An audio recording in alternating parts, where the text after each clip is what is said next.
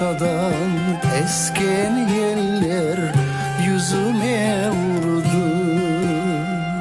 Balalıkta osken yerler gözüme düştü.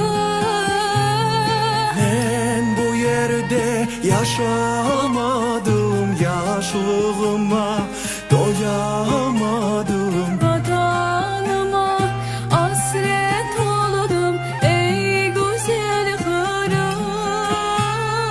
Ben bu yerde yaşalamadım, yaşlığıma doyalmadım. Vatanıma hasret oldum ey güzel kırım. Biz mına mayıs başlarında men istegen edim Rustem ağa Eminov'un eserlerinin mında sergisini yapmağa. 18 mayışqa dep bir plan açtırgan edik özümüz. Sonra Rustem ağa maga ayta, men sergilerim bir kaç kere oldu dedi kardeş. Men ister edim babam sergisini yapmağa dedi.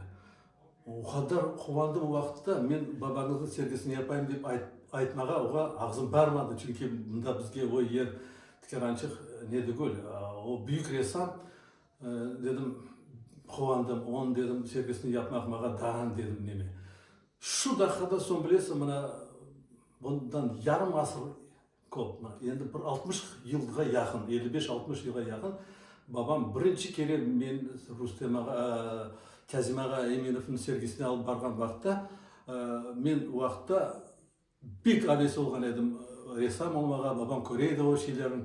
Bir vaqtda Kazim ağayla tanış olgan edik. Ana son mına qaytık vatanға yarım asırdan son bu Kazim ağa rahmetinin sergisini yapmak bizim Zolaman muzeyine olan kısmet oldu. Oğa bilesem men özümçe aytam.